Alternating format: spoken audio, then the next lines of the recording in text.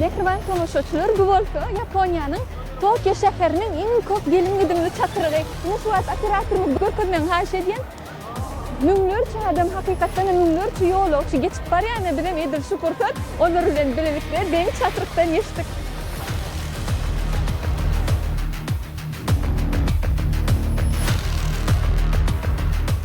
Häzir ýaşyl ýanlygy ýene-de müňlerçe adam ýol ketip geçer.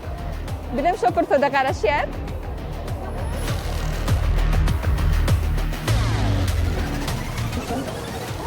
Mehriban tomoşaçylar, ine Yaponiýanyň paýtagty Tokyonyň iň meşhur çatyrıklarynyň biri. Bu çatyrykda minutda müňlerçe adamyň geçýäni aýdylýar. Täze bu ýerde metro ýerleşen üçin gelin gidim öğrenken, şuat özüňizem gözü şaýat bolup durdyňyz.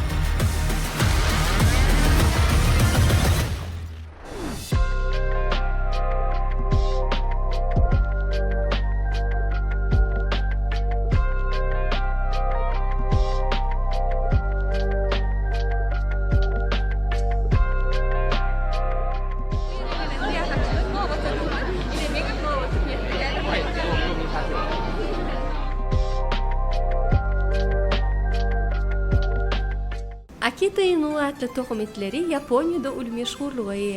Şol meşhur tohum etlerinden bolun Hachika hakkında çeper filmi görün bolsaňyz gerek.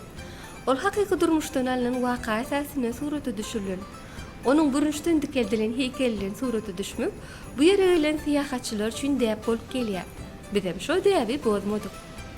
Meşhur Hachikanyň ýanyna suraty düşüp durka, gahrman arkadamyzyň tagalasy bilen paýtagtymyzda dikeldilen Alawaýyň merden heykeli hakydamyzda biýtiýar dolýar. Alawaý hem Hachika dünýäde wepadarlygyň nusgasy hökmüne tanalýar. Alawaýyň watany Türkmenistanyň hem Hachikanyň ýurdu Yaponiýanyň arasyndaky dostlukly gatnaşyklar munun ýanyda gülläp ösün.